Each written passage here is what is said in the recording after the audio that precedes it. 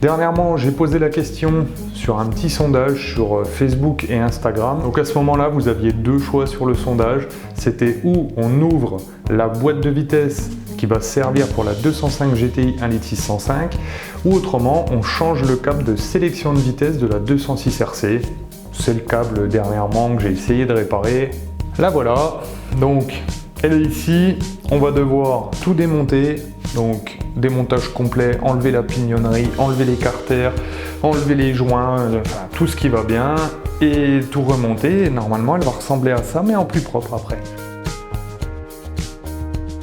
C'est un 2BN45, il est noté sur le côté, à côté du différentiel. Donc, cette boîte, vous voyez, c'est une belle étiquette, 2BN45. Quand je l'ai acheté, j'avais demandé en fait à avoir une boîte de vitesse pour une 1.6 litre 105. C'est ce qu'on m'a fourni. C'est vrai qu'elle ressemble à 99% à une boîte de vitesse de GTI 1.6 litre 105, mais c'en est pas une. C'est une boîte de vitesse de BX GTI, je crois, si je dis pas de bêtises. Elle se ressemble. Il y a certainement que la pignonnerie à l'intérieur qui est un peu différente. Donc on verra en la démontant et en l'installant dans la voiture ce que ça donne.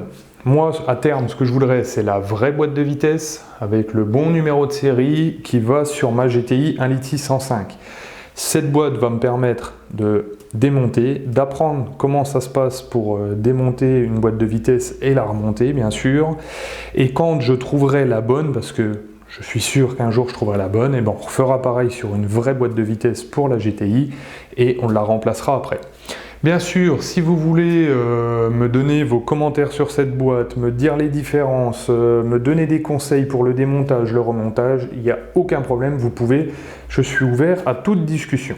Pour commencer, on va enlever le carter de 5e avec toutes ces vis qui sont autour. Une chose que je ne vous ai pas précisé, mais bien sûr, je m'appuie sur la RTA pour démonter.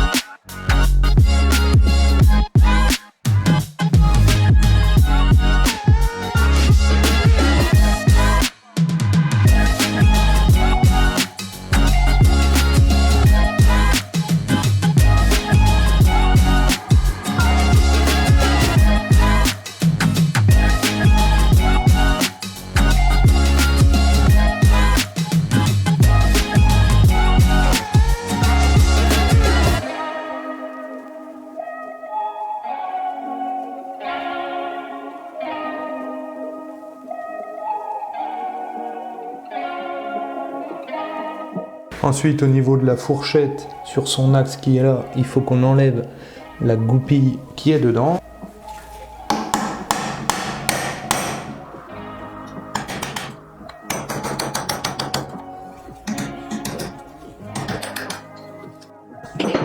Donc il faut que je mette la 4. Donc la 4, elle est là. Et ensuite, il faut que je mette la 5 sur le sélecteur. Donc elle est là. La fourchette, elle permet de basculer, de mettre une vitesse. Voilà.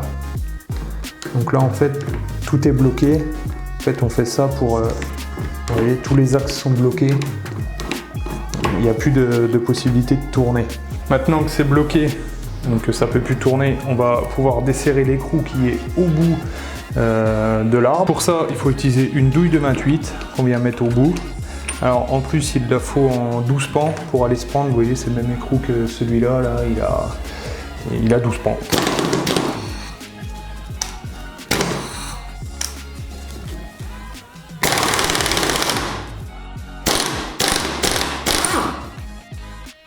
C'est bon, ça l'a emmené. Eh ben, ça c'est parfait. parce que bien sûr l'écrou il est maté de chaque côté pour le maintenir, hein, ce qui est normal. On enlève la fourchette plus... alors peut-être que je le déverrouille avant. Hop. Et normalement on enlève tout et ça doit venir. Much later. Alors je viens de comprendre pourquoi la fourchette elle avait du mal à sortir. C'est que dedans il y a une bille avec un ressort qui est à travers l'axe là. Et en fait la bille elle vient se prendre sur l'axe qui est juste en dessous. Un peu comme un cliquet sur une douille. Et en fait il faut forcer un petit peu pour qu'elle sorte, enfin qu'elle rentre dans son axe, que la fourchette puisse sortir, et après la bille, vous voyez, elle se retrouve là avec le ressort. Donc ça, il faut bien les récupérer et faire très attention à ça. Donc la petite bille, on va faire très attention. Bon, le ressort, il a l'air de rester dedans. Par contre, il faut sortir donc le baladeur.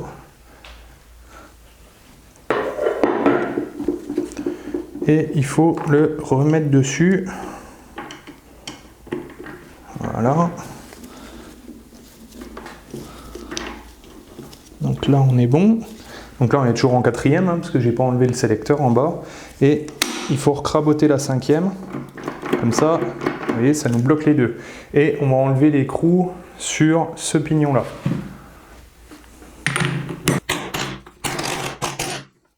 Après, je pense qu'il faut enlever le crabot.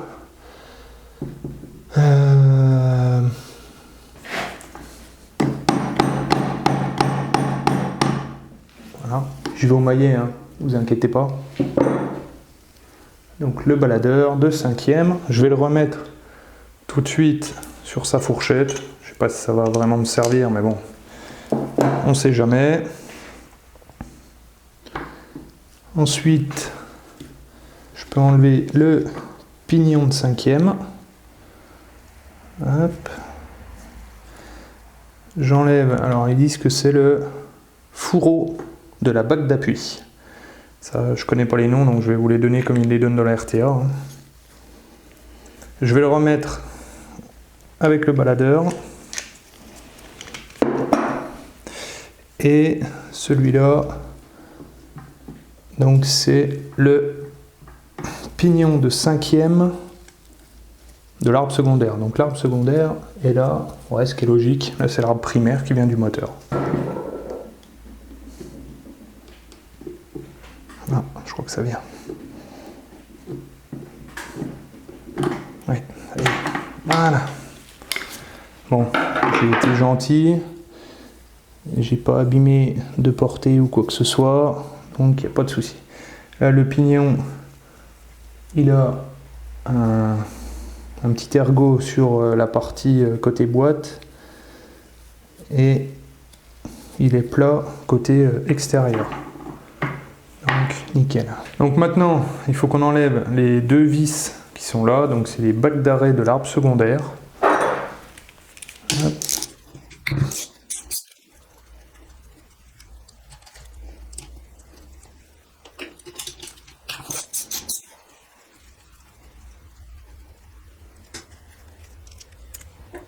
Et le circlips d'arrêt qui est juste là. C'est un circlips qui prend en tenaille un axe.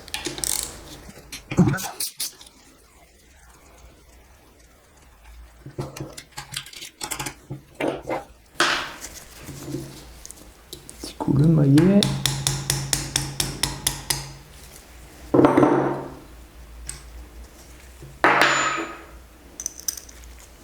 Je sais pas si on va le voir, mais à l'intérieur, si là, à ce niveau-là, là on a un circlips qu'il faut que j'enlève aussi. Donc je pense que là, par contre, je vais y passer un peu de temps. Ils disent de le faire au tournevis, mais ça va être coton, je pense. 2 hours later.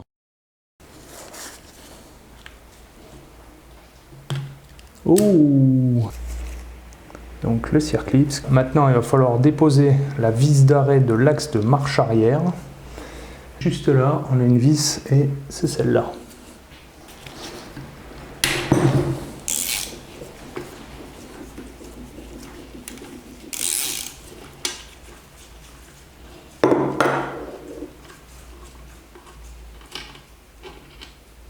Donc une grande vis avec un joint cuivre dessus. Et après, on a tout autour du carter des vis qui nous maintiennent le carter qu'on va pouvoir enlever pour déposer le carter.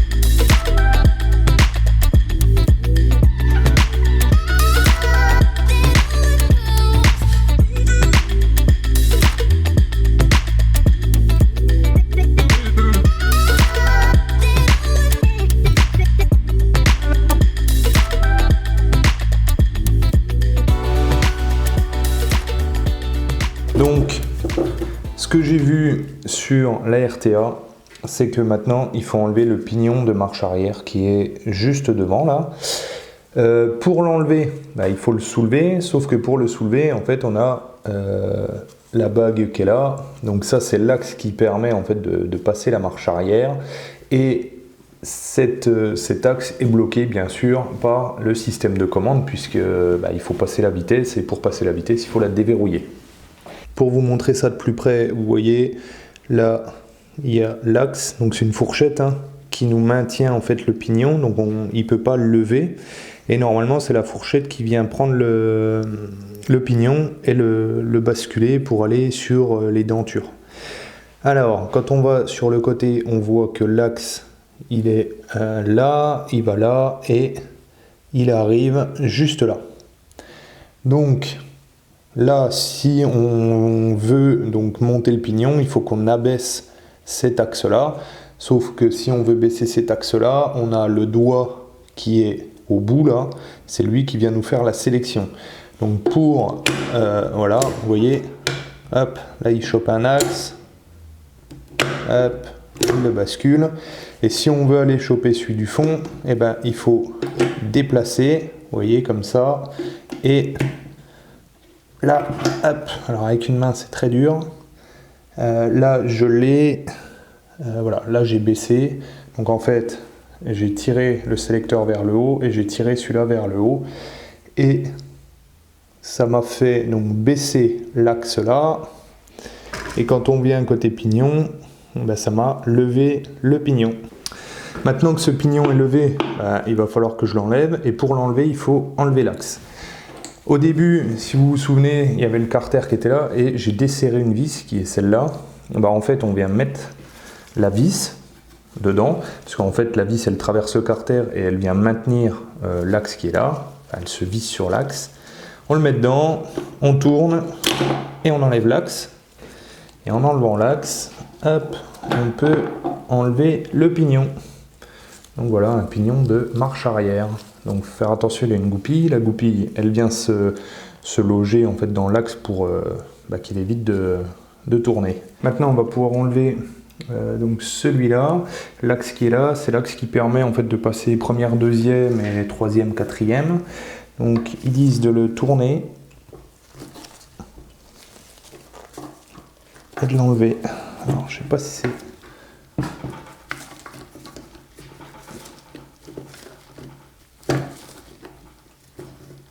Ah oui, d'accord, on le tourne un quart de tour simplement, je pense qu'il doit y avoir des billes. Et on l'enlève. Ouais, c'est ça. C'est des billes qui viennent se loger dans les axes qui sont là et là. Cet axe-là, en fait, il est verrouillé par, bien sûr, les passages de vitesse, tout ça. Donc, il faut décaler complet l'axe vers la gauche. Et en plus, il faut tirer, comme là, on n'a plus de maintien. En fait, tout se bloque l'un dans l'autre. Donc, on tire un peu celui-là, la fourchette là, vers le haut. On le décale. Et là, on peut tourner celui-là d'un quart de tour. Et hop, on arrive à le sortir. Ok, donc là, en fait, il faut le tirer complètement, mais le maximum à gauche. Hop, alors, comme il n'y a plus rien qui est maintenu, c'est un peu bizarre. Là, on le tire, et là, il s'enlève. Normalement, on peut enlever la pignonnerie complète. On ne peut pas enlever la fourchette, là j'étais en train de chercher, mais c'est pas possible. Par contre, pour pouvoir la sortir quand même, il faut être libre. Donc, d'accord, c'est comme ça. Ok. Alors, je vais essayer de tirer la pignonnerie. Ça serait bien.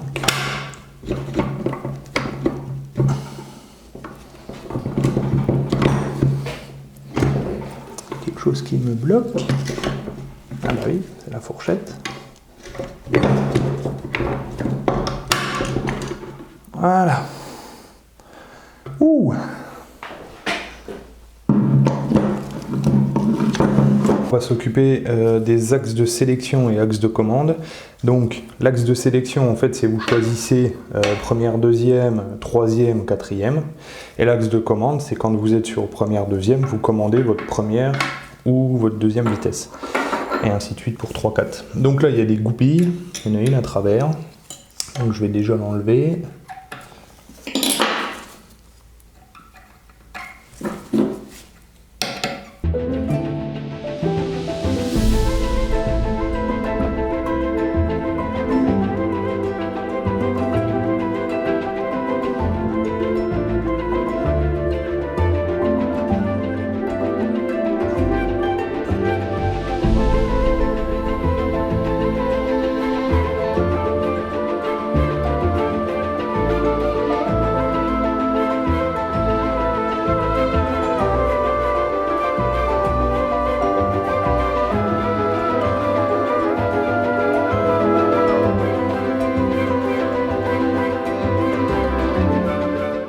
L'axe, il ne peut pas descendre à fond parce qu'après il bute sur le différentiel. Donc pour le moment, je vais le laisser comme ça. Et je vais attaquer l'axe de commande de vitesse. Donc c'est le même système. Hein. On a des goupilles à enlever. Donc je vais les enlever de suite.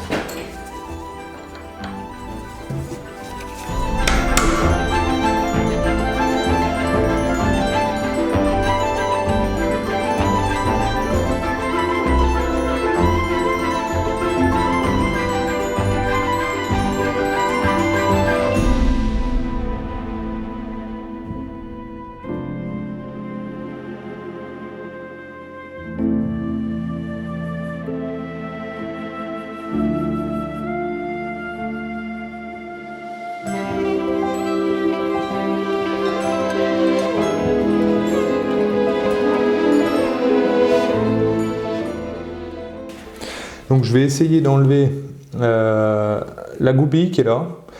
Ça va peut-être me permettre de bouger l'axe sur la gauche, de sortir cette partie-là. Je dis bien peut-être parce que j'en suis pas sûr du tout. Et après peut-être d'enlever le ressort, les goupilles, d'enlever l'axe qui est là et de pouvoir un peu tout sortir. Je dis bien j'espère parce que je ne suis pas du tout sûr de moi. Alors, je vais enlever les goupilles hein, comme d'hab.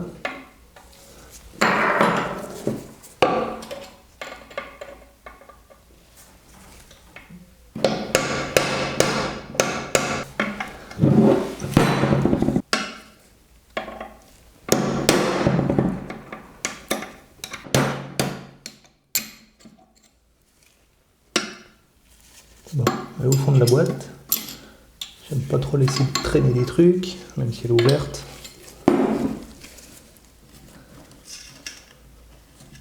Hop. On met la deuxième.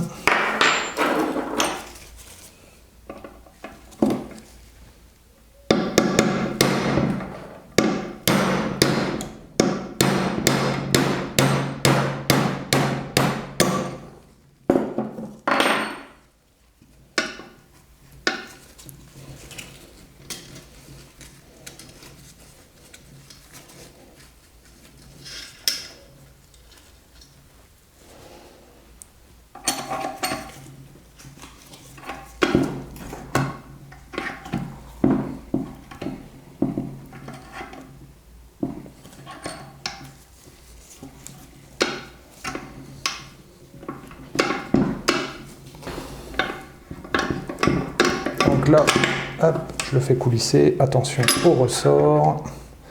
Donc mon axe. Hop, je me suis pas pris le ressort dans la tête, c'est parfait. Ensuite, on a hop, ça qui va comme ceci et celui-là qui va dedans. De toute façon, ce que je vais faire, hop, on va essayer d'être logique, hein.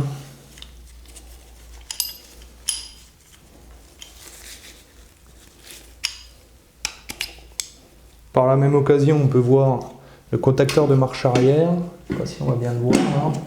Il est juste là. Vous voyez, quand vous engagez en fait votre marche arrière, donc que vous levez votre pignon pour la mettre, ben, hop, ça vient appuyer sur une petite bille qui est à ce niveau-là, là, sur un contact au bout là, et ça vous allume vos feux. C'est tout bête. J'ai démonté le contacteur de feu stop. Ensuite, j'ai sorti l'axe. Donc l'axe qui permet de mettre la marche arrière, qui était comme ça. C'est un écrou qui est au bout, avec une rondelle. Hop, ils sont montés comme ça et comme ça. Bon, on peut voir que c'est vraiment très très oxydé, hein. Et chose qui est bizarre, il n'y a pas de joint. Je croyais qu'il allait y avoir un joint torique, mais non, il n'y en a pas. Donc en fait c'est vraiment une étanchéité dû à la précision et au serrage, quoi. Ensuite, on a ce petit cône là. En fait, il sert quand on met la marche arrière, si vous voulez. Là, il vient appuyer, il passe au-dessus et paf. Enfin, plus comme ça, la marche arrière elle est mise. Quand on l'enlève, hop, ça appuie et ça l'enlève. En fait, c'est pour que l'axe il se balade pas dedans. C'est un maintien. Donc, il y a le cône qui en plus a une trace, je pense que c'est pour que le lubrifiant passe dedans, et on a un ressort qui est dessous, et je peux vous dire qu'il a une force. Je vais enlever le petit cache là, qui nous servait à maintenir le ressort pour le sélecteur.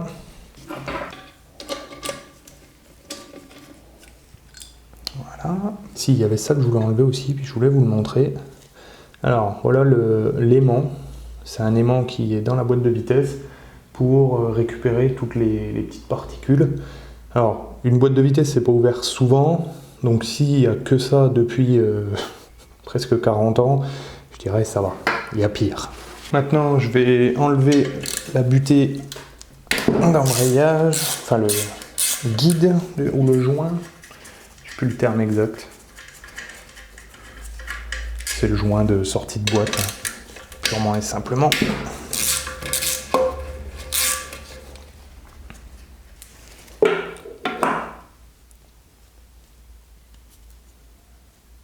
Ok, donc la butée. Et normalement, ouais. Voilà. Il y a une cale qui est dedans. Et il y a une cale d'épaisseur pour la précontrainte à l'intérieur. On va s'occuper du... ça doit être le tachymètre, je crois. En gros, ce qui nous donne la vitesse de la boîte.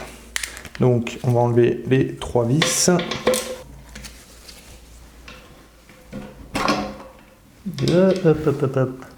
Ne pars pas, toi.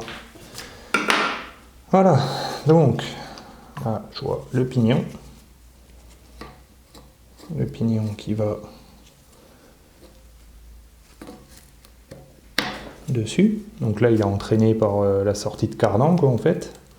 Le cardan passe à travers et dedans, je pense que vous allez le voir, à ce niveau-là, on a, on va dire, je sais pas comment on appelle ça en mécanique, contre-pignon, je dirais, qui va en fait faire tourner un axe et qui va nous donner la vitesse, en fait, avec notre sortie de, enfin, notre câble, quoi.